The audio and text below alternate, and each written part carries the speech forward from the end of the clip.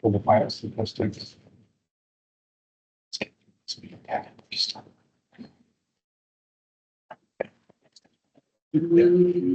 Yeah. I think if you could say, this is what it was in 2023, this is what it was in 2024.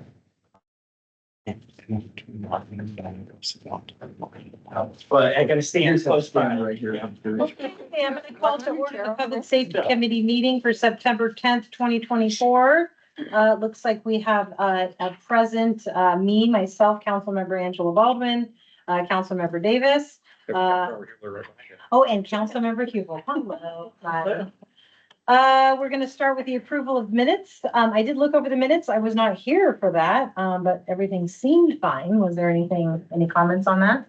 No. Okay. So we'll go and approve the minutes for item C. Moving on to item D, we're going to go with the department reports.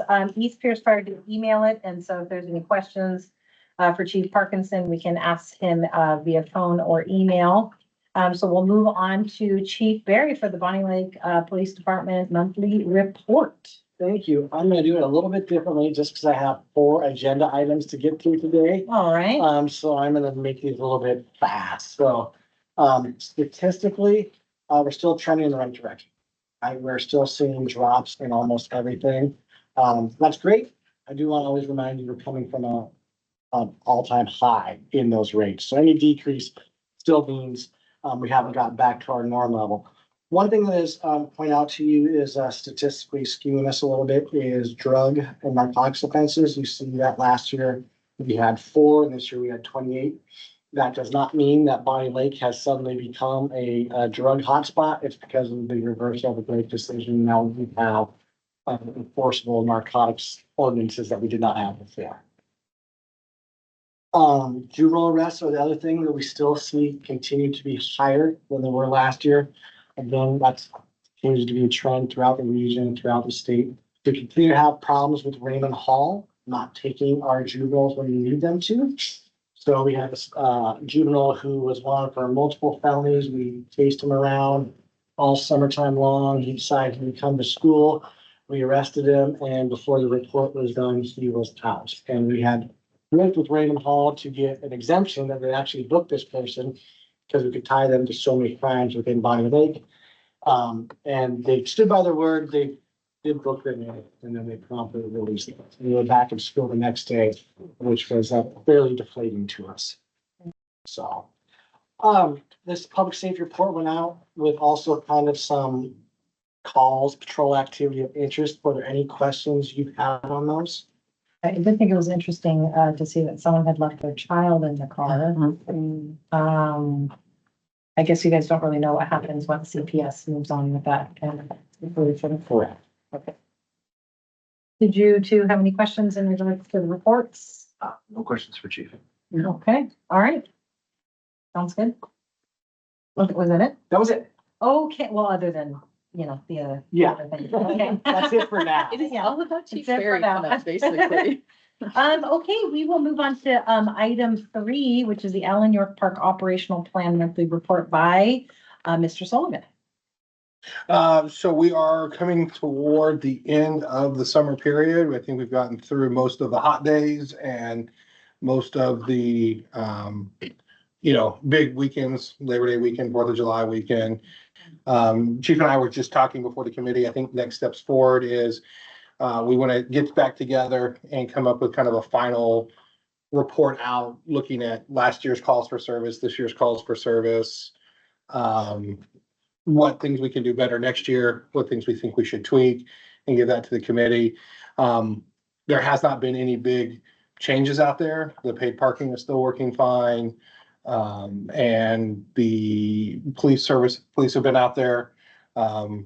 Chuck and I have been working with Park Mobile to come up with a reservation system so that we can help do a little bit better for the athletic fields for next year. And so we're working through that with IT. But what we plan on doing is coming back probably at the next public safety committee with a final report covering the whole kind of operational period. Identifying, kind of what we call plus deltas, things we did well, things we think where we could have done better. And the plan is then to reconvene probably in January or February of next year and write up a new plan for the 2025 season. Do you have any questions, you two, before I ask that question? No, thank you. I mean, how are things going? Fantastic. Okay, We're absolutely thrilled. So we started Okay. meeting in February on a weekly basis. We put together a work group from all the kind of stakeholders there. yeah, And we put together a plan and we were nothing but happy with the results. I know some citizens didn't like the paid parking, right? That's Yeah. a different thing. But you saw a return of families to Allen York Yeah, Park. I We did. saw a decrease in crime and a decrease in garbage. So we knew there was less littering, less alcohol being used. Mhm. It's what we wanted to see, right? Okay. And so to Jason's point, our next steps, take a little break. Right, get through the budget season that we're all in, and then look at after action report. What went well, what can we tweak to make better? We don't want to just sit back like, okay, we nailed it. We can keep continuing to improve this. Yeah, the one of the park crews, because they pick up the trash in the morning, Mhm. and one of they notice, difference between last year and this year is the number of alcohol containers that they were picking up in the park and out off the beach area. So we know that there's less, either A, there's less alcohol consumption, or B, they're at least not throwing it on the ground, right? So that was a positive for our parks crews. We haven't had nearly the issues out there that we've had in the past. I think a lot of that is a credit to Chief and having a police presence at the park for the first time in a while. But it had to do with it, and it's hard to pinpoint all of the things together Yeah, is what made the success. I guess that's what I was kind of wondering, when you're thinking about like statistical analysis and just, if you were to do experimentation, for example, and, you have multiple things that could be causing a positive effect. And we know that the effect is positive, but I do sometimes wonder, is it because of the police presence? Is it because of the paid parking? Is it both? And it's combination, including also all the works our Parks Department did. We went out and we did some septet looks at the park and hey, we need to limb the trees here, we need to Yeah. clear brush here.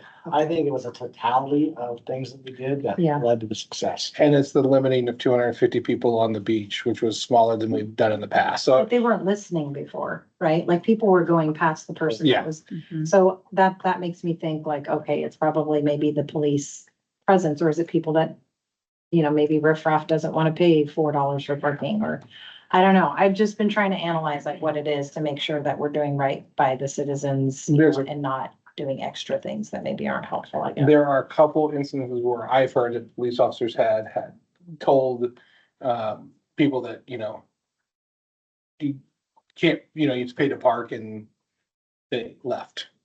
And, the groups that we're, So thank you. yeah, right, the groups that we're seeing that are taking that approach are the groups that are from Lakewood or from way outside of town. I mean, Yeah, I don't know how to say that. we're also impounding vehicles. The vehicles were blatantly disregarding everything, parking in neighborhoods, parking in streets, parking in fire lanes. Yeah. We had officers there specifically to impound those vehicles.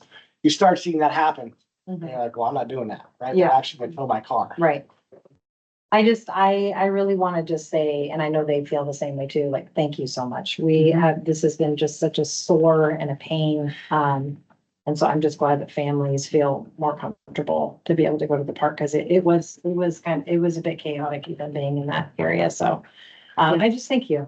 Yeah, thank you so much. Yeah. The thing that's also interesting is, our parks person, Kramer had mentioned Google reviews, and we've been getting, like, there's Allen York Park Google reviews. Oh, And there's been a lot of 4 or 5 stars since these changes have come into effect. And even one from 7 hours ago, it's a perfect spot, beautiful park, parking's not enough, need to pay, but don't need to pay to enter the park. So they said a lot more, but, it's safe and family friendly. We enjoy the summer activities, people out here enjoying the park.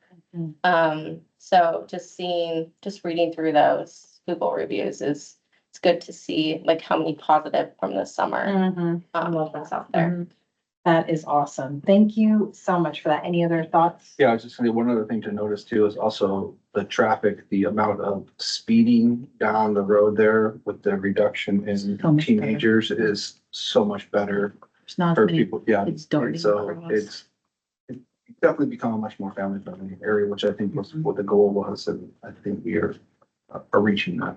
That's great. I love Yeah. that. And it really was a team effort. I mean, I can't, Oh, truly. I know Chief and I are always the ones doing the reports, but it was Yeah, it's all. Chuck with IT and risk management. It was Leslie pushing things out through the website and the PIO. It was Lance and Todd and Kramer with the crews, It's PIO. public information officer. I apologize. No, that's- And then Todd, Lance and the crews, not only doing a lot of work before, like Chief had mentioned, trimming trees, but we changed some of the parking around, so there was specific places for emergency vehicles to park. And then anytime the police department had an issue, the crews were right out there to try to fix it. And of course, Chief and his crews. So it was a universal kind of team effort. And so that's why it's hard to pinpoint one thing that was the turning point. I think it's a combination of all of them. Okay, that sounds great. Okay, we will move on to item 4 under G, Prosecutor's Office Monthly Report. Dina Burke. Thank you very much. Mhm. So August, we had, a total of 346 in-court hearings. So that's 346 times that, there was a hearing scheduled and we had an attorney in court representing the city. We had 26 arraignments. That's 26 new cases that were, filed and arraignment held where the defendant makes their first appearance. We also had 120 pretrial hearings. So those are cases that are, a disposition has not been entered. They're still going through the process and we're still negotiating with, defense counsel. We looked at 14.2 hours of body worn camera. So that's staff time spent reviewing and watching the body worn camera. And we processed 42 distinct unique videos during the month of body worn camera. And we also sent out 35 discovery packets to defense attorneys. So when we put a discovery packet together, we're under a strict 21-day deadline. We have, once the defense attorney files the discovery request and sends it to our office, we have 21 days and ideally less than that to provide all of the information that the city has. So that includes the body worn camera, photographs, and the police reports. Our office consistently gets it out in less than 21 days, but it's a really strict deadline that we're operating under to do that. In community court, we have 16 active participants, 13 are fully active and participating, and we have 3 who are on warrant status. We're anticipating that our next community court graduation will be in November. And so when that's scheduled, I'll make sure to announce that at the next public safety meeting when that's going to be. And also community court staff, there's a training in October in Tukwila, the Washington State Association of Drug Court Professionals Conference. And that's an opportunity where we're going to go and learn about the latest theories and best practices for community court and therapeutic court, so we can help these people gain sobriety and turn around and become contributing members of the community and not continue to commit crimes. And I should have mentioned Ms. Carla Lewis is here, who's our community court case manager. I have a question. Yes. I noticed the discovery packets, Mhm. it's the lowest. Is there a reason for that? So I think it's a couple of reasons. The big reason is about a year and a half ago, at the beginning of 2023, the public defender contract changed hands and we had to re-provide discovery to the new public defender. So we were having to redo years worth of discovery because of an issue transitioning discovery between the two, the outgoing public defender and the new public defender. So we've had to redo that discovery. So especially like in 2023, we had a really high volume of discovery.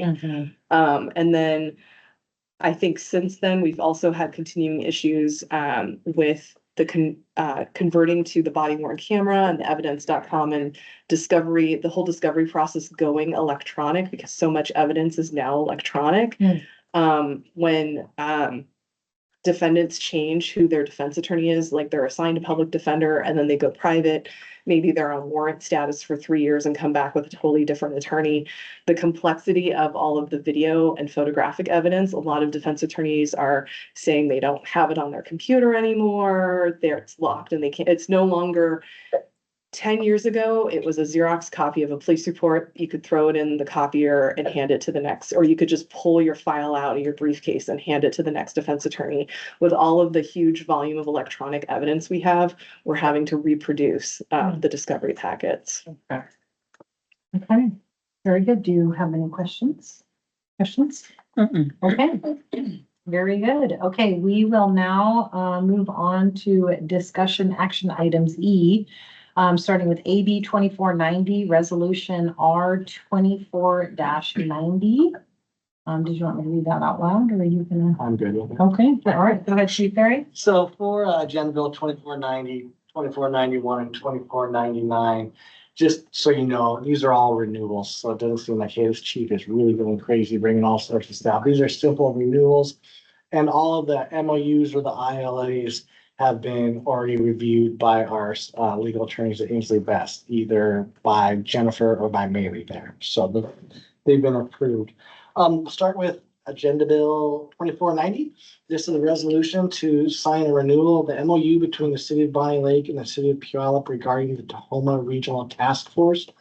What that is Bonney Lake participates in a regional DEA task force. It's called the Tahoma Regional Task Force. We have a full-time detective assigned to that, and there's a commerce grant that gives money to that. Currently is set up that commerce grant goes to the city of Puyallup. They manage the grant and then they pay it out to us. So every year we just have to sign into an MOU to continue to do that. And that's all this is doing is updating the contract from July 1st, 2024 to June 30th, 2025. Then you'll see me again next year, just continue to renew it. I like when I see zeros. What's that? I like when I see zeros. Yeah, exactly. There's zero budget impact other than revenue, honestly. Very good. Okay. Then I guess we'll move on to, I guess I'm shooting for direction. Yes. What, if I had my way, I'd love to see us just go to consent 24th on the consent. 24th. Okay. But if you want to I'm go, fine with the consent. I am also fine with consent. How are you feeling? Yes, I'm fine since it's not really, we're not touching money. It's not worth, Yeah. we're not spending grant money. We're not bringing in really. So I think I'm fine with that then. Yes, we will go ahead and move that to consent for the 24th. I'll have that for your signature later. Okay, great. Okay, I guess we'll just go ahead and move on to the next. 2491 and Yep. 2499 get a little confusing, so I'm just gonna give you the overall idea. Sure. Several years ago, Bonney Lake participated in the cooperative cities, special teams, which included SWAT. And so the cooperative cities are like Bonney Lake, Lakewood, Orting, Sumner, Puyallup, Buckley, Milton, Five. I might have missed a city in there, but that's the gist of it. Everyone that's not Tacoma or Pierce County. There was a SWAT incident and then SWAT Lakewood pulled out and they became their own SWAT team. And the insurance carrier for Buckley at that time said, we can't be part of a cooperative SWAT team. So we realized that our SWAT contract still had all our cooperative cities contract still listed SWAT as part of it. So all this is doing is removing SWAT from the cooperative cities so that Lakewood and Buckley can still participate in our crime response unit, our major major collision response teams, all those other little regional teams other than SWAT are still part of the cooperative cities. So this is literally no budget impact, removing SWAT from the cooperative cities agreement. It is handled. Is in that its for own- 99? What's that? Is that for? 90. This for 91. It is the SWAT is under a whole different ILA, which was signed before I retired. Okay, so this is just crossing Ts and dotting Is and paperwork, but there's still some sort of access to SWAT services. Sorry. Nope, this is the wrong one. I'm looking at 91. 91, I'm sorry, is adding Central Pierce Fire and That's what I was thinking. Rescue I was like, to- it's not one. I just briefed you on the other one, 99. 91, excuse me, is adding Central Pierce Fire and Rescue to To the the Metro SWAT team. Okay, Basically, they're gonna provide paramedic service and emergency medical services with no cost to the SWAT team. okay, This just is a contract between, East Pierce Fire and Rescue asked if there was a specific contract between each city and the fire district, not an ILA. Okay, So this is basically laying out what that means, what they will provide, what will be provided, and really the indemnity clauses. We're still responsible for what police officers do. They're responsible for what firefighters do. okay. Again, no budget impact, no use of force, just adding paramedics to our SWAT team. Okay, so now to AB 2499. What do you want We to gotta do move on that one. 91? I'm fine with moving 91 forward to consent agenda. Are you two okay with that? Yeah, I don't care about that. Okay. 24th? Yep, for the 24th, yes. Okay, 99, I'll rebrief that one. This is updating the ILA for the cooperative cities teams, everything but SWAT. So again, Lakewood, Buckley don't participate in our SWAT team. So by redoing this, they still can participate in major collision response team. Criminal response is like regional detectives call out for major crimes. This allows them to do it without and remove SWAT from it. Okay, I have a question Yes. about that then. This is maybe a silly question, but I'm assuming we don't have our own SWAT team. So we participate in a regional SWAT team Yeah. called Metro SWAT, Yes, which is already governed under a different Separate ILA. okay, perfect. This is kind of some cleanup that we noticed, like, hey, as a cooperative cities, we're using this old cooperative Yeah. cities, it still has SWAT listed in it, we need to remove it. Yeah, I'm okay with moving it forward onto the consent agenda as well. I am too. For the 20. Okay, very good. Any other questions before we move to the next agenda item? No. Which will be Tuesday. We're now gonna have a discussion, item 4 on, BLMC chapter 10.32 vehicle impoundment and tow truck operators. So this was brought to us by several citizens. One is, and he'll be speaking later on during citizen comment Mhm. about our current vehicle impound ordinance. And the reach out ask has been, can we open that up to other towing companies? Currently, there's one tow company within the city that does all of our towing rotation. The reason is that this ordinance says that a tow company must maintain a towing impound yard within the incorporated city of Bonney Lake. Which would then cause just one to be. That's where we have only one. Okay, There's some stuff in 1032.050, section I, that's where it discusses that impound lot. Mm. Later on, to make it confusing, there's 1032.070, which is selection of tow truck drivers, which basically said every year will go out to open bid. but there's only, But there's only only one, one so that it can doesn't bid. go out to Okay. open bid, and that one supersedes it numerically. So the ask has been by multiple, 3 different people, I said multiple, that we look at changing the ordinance and we perform, that's not a police decision, it's an ordinance decision, that's a council decision. So they asked if we would bring it to public safety, for you to decide if that's something you want to look at doing. what do most agencies do when they're dealing with? Both No. agencies put it out to a competitive bid. This is, Okay. the way this is written, it's very restrictive, and I have no bias in this. Yeah. There's only one tow company that Mhm. meets this standard. Okay, There is some, discussion, I haven't checked into it, that they're missing other parts of the standard. I really haven't done a deep dive into that, such as being able to a semi truck. I believe that's one of the things. gotcha. I'm not really familiar with what all their capabilities are, Mhm. but right now there is only one company. And it is automatically giving it to it because they're the only one with a tow yard. When it goes out to bid, then is that something that's done yearly? Is that? That would be up to the ordinance. So you can set that up to be yearly, every 3 years. It's totally up to you how you want to do that. Right now, it's annual. Annually, yeah. Okay, and then just only one towing company will win the bid dependent upon You can, price. you can let it be You can have- one, it could be 2 or 3, so that, let's say towing company A gets a tow. You have 3 people on your rotation.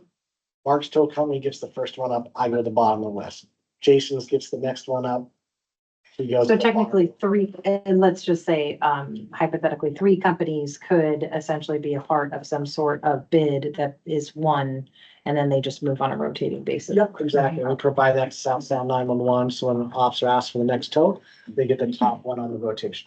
Which I think is a benefit, because I think the problem we're running into now is timing, like, because we only have one company. If they're not available to do the tow or to tow a semi truck or something like that, then we are stuck waiting for a longer period of time to have that. Correct. I don't have any data about how often that happens, but that's exactly correct. So if we called for Mark's tow and Mark's tow is not available, it automatically goes right down to the next one. It is more efficient for us.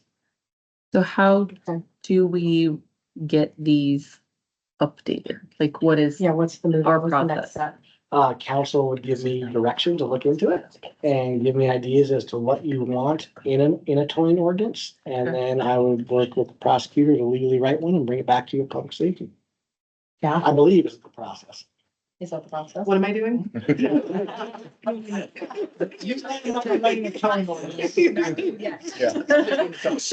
shoot. Yeah. Okay. So basically, council gives set direction, say this is what you want us to do and task us with it. I mean, I think whatever's the most beneficial to, you guys being able to have cars towed and, Yeah. There is a conflict of interest for police getting involved in tow matters. okay, Hard for them, so I'm gonna be very clear. I do council direction, not what I think is best. Yeah, and as council, I think that it's important as public safety, knowing that this can create a public safety issue if we only have one tow truck company on Yeah. dial per se. I don't wanna call this one. tow Yeah, truck. we need to have multiple options available. I agree. And to get the fastest service, especially if there's a semi truck that's With the that's best price. stalled on in Yeah. the middle of Yeah. 410, we want it out of there as soon as possible, right? And multiple companies being able to, yeah.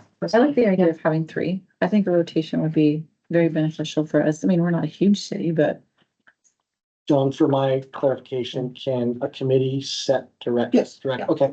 Well, then if you tell me to do it, we'll get working on it. Keep it right. yeah. And you'd like to see three, I think three would be Yeah. great. and how often would you like to go to? Annual. I think annual is, yeah, let's do annual, if that seems to be what we're already There. Would you like some sort of restriction that You'd the have to- impound lot yeah. has to be within a certain distance of the city? I think that might be a good. Yeah, 'cause I guess that would- Surrounding areas, right? more. So, And it does also affect personnel hours, right? So if one of those wasn't, detective need to go look at a car, we have to drive all the way to yeah, Eden.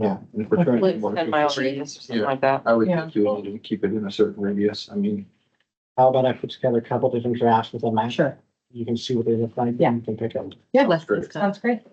I have a question. And then also, how does someone find out which tow company they're with? Because right now we have a sign that tells them, right, which company they need to call. Yeah, it's in the police report. Okay. So when we Okay. impound a car, we say Mark's Towing impounded the car, and generally tow companies will leave business cards. Okay. Yeah.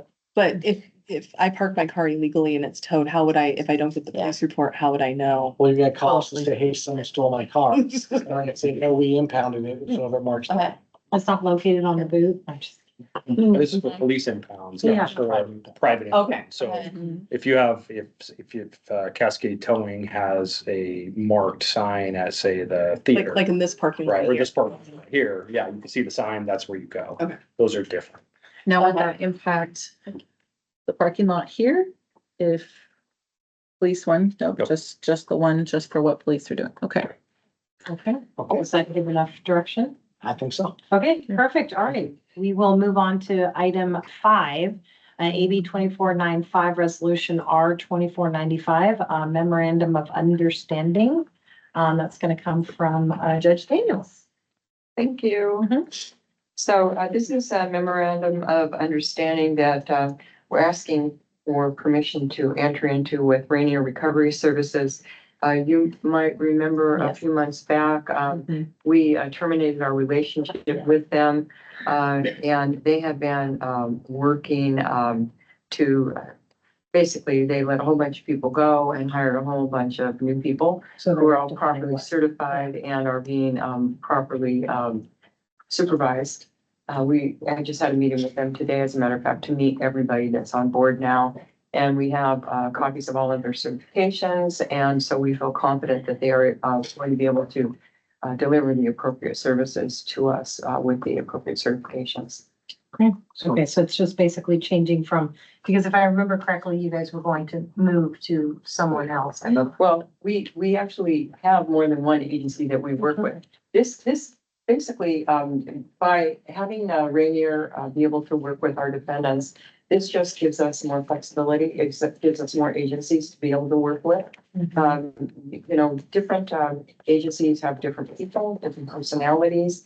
And when you're looking at treatment for individuals, it's really important that there's a fit between the individual that is seeking the treatment and the treatment provider.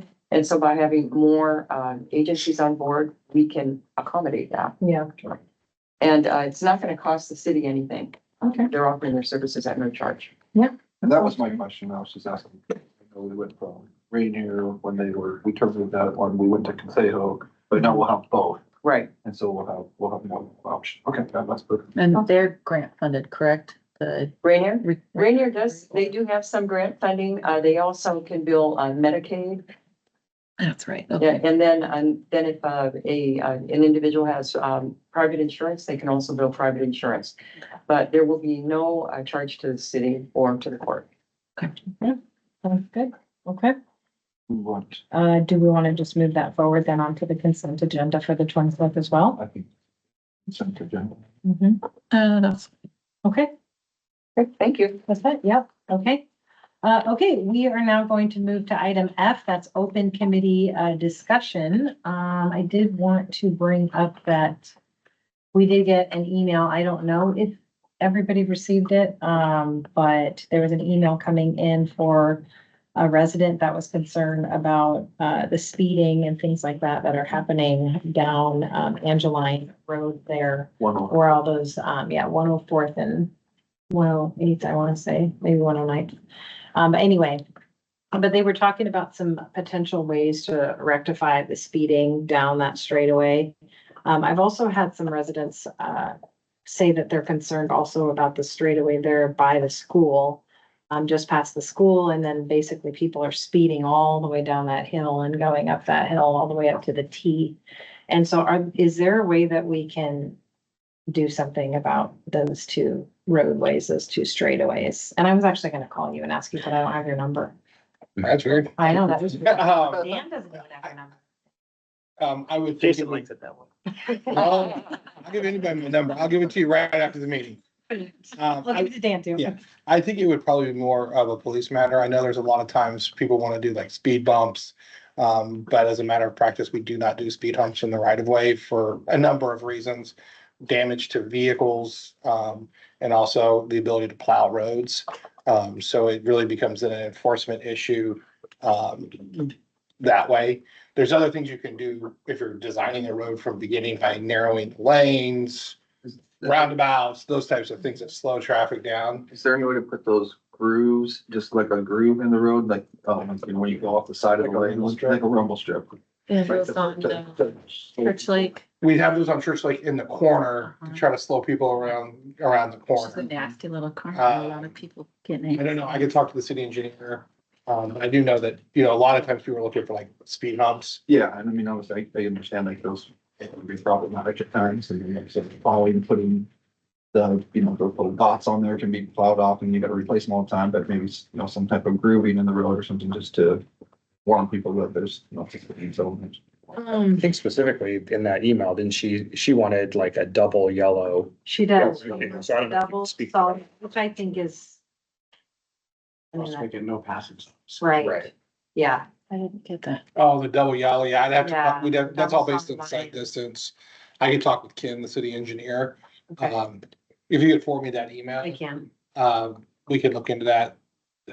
Is it okay if I attach you to it so they can see who you are? Yeah, Same with me, please. Yeah, sure. One thing I'll tell you is you would frequently think that someone emails you about a speeding complaint. They would have also emailed us. We haven't received anything. Okay. beforehand. I think they were just doing first point of contact. Yeah. Yeah, But so what we will normally do is get that email and I'll send one out that day. Hey, perfect. Troops, here's the speed emphasis, go put some pressure on it, and that's how we do it.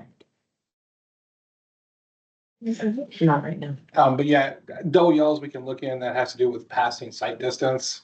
And I can talk to the city engineer to see if that's something that we could do down there, if it's warranted. A lot, and this is where it gets into, I don't remember if we went back to that insurance presentation earlier this year, we had AWC come out. When we make changes to the road diet, we really want to make sure that it's being done because it's warranted, not because it's something that we wanted to do. Because when you make changes, they're just because you wanted it a certain way and you're not following warrants, it creates a liability issue. And that was kind of that presentation that we had from AWC earlier this year. So if the site distance warrants it being a passing lane, we would leave it striped as a passing lane because that's what it's warranted. Yeah, But if the site distance doesn't warrant it, we would change it. Because what happens is when you change one because you wanted it that way and you didn't follow warrants, then why didn't you change this one? So that's why we try to follow what the engineering warrants wants to do. I will say that, when I got this email, I was not surprised, at all, because the people definitely drive recklessly down that road. And they are absolutely speeding. I've seen cars driving up even onto the side areas where there's people and, it looks like a lot of times it's teenagers, YAs, young adults. But there's no way that I feel like snow plow roads all the time and that there's speed bumps that do exist in areas and there's no way we can do something like that. I'm not saying there's no way, it's just that has been the city policy not to do speed bumps in the right of way. Yeah, Because A, the snow plows, yeah. and B, liability issues, because when someone damages their car on the speed hump, they come to the city to say, you now need to repair my car.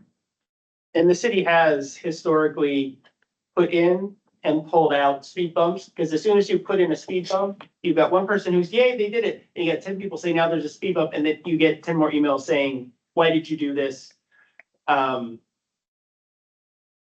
a Locust, kind of close to the elementary school, had a speed bump for only a couple of years before it was then graded down to be a smaller bump, and then it was removed a couple of years later. Okay. Speed bumps in actual streets have been problematic. Okay, I will forward the email then to you guys. I'll go ahead and copy the both of you to it as well. I have it. Perfect. Yeah, I had not heard it.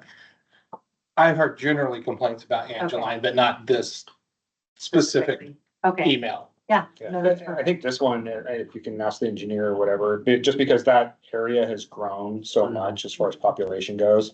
Now it has a sidewalk, at least on one side of the road. It used to be a skip line forever, and maybe it still makes sense, I don't know. But it very well could make sense to do a no passing zone there. It seems kind of odd that you would have a passing lane 25 miles an hour in a residential area. Well, I think that I think Angeline's one of our few roads that's not 25 miles an hour. I swear. It's pretty. Is it? Yeah, Is it? It's so 25, slow. right.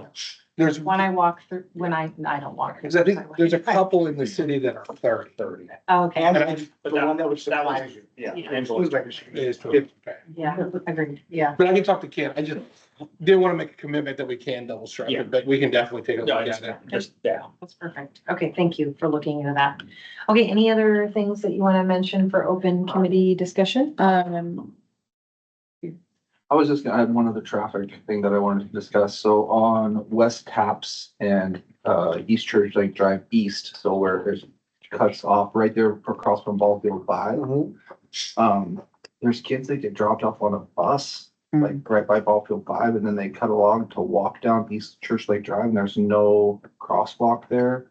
And I've seen, because there's a crosswalk at 76th Street Court East that goes into the neighborhood there. Yes. But not on the next one up. And I have been by there a couple times where I've seen that be very dangerous, almost did being hit twice within a short period of time. When the school district's dropping them off. Yeah, and that maybe they're walking, the bus stop's just up from that, so I was assuming that they were walking up the bus, but maybe they're coming from, one of the schools and walking or riding their bikes home, but there's kids crossing the street right there, going to the ball field. And it's not a really well-lit area. There's no sidewalk, there's no crosswalk. And it's, there is on the sidewalk on the Ballfield 5 side, Right. like a drop off like there, like there should be a crosswalk or something there, but there's not, because there's no sidewalk on the other side for it to go to. So that's something I think that maybe if we can look at that area, see if there's a flashing light or something we can put there, because it is a dangerous intersection right there. I'm just pulling up my maps. I Oh, can kind you want to look at it? of, are you touching here at Church Lake? Yeah, so right, yeah, right there, that is there. The ball field 5 will be right there. Okay. Yeah, we can look into that.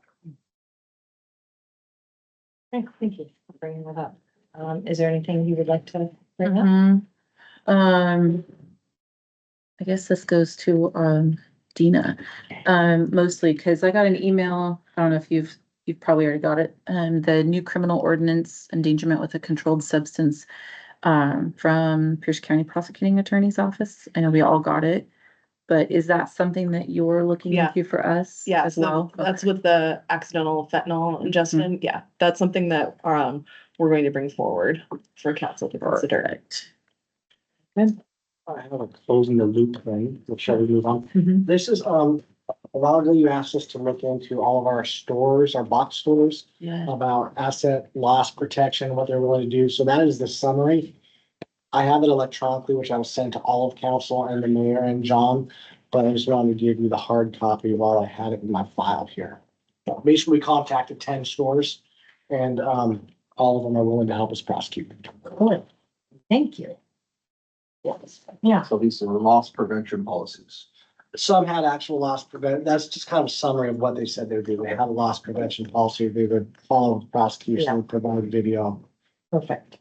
Okay, thank you for looking into that very much. Okay, we're now going to move to item G, public comments. It looks like we have Keith and Andrews here. So Keith, if you'd like to speak, go ahead. I really don't have much more to say. She very much took everything out of my mouth.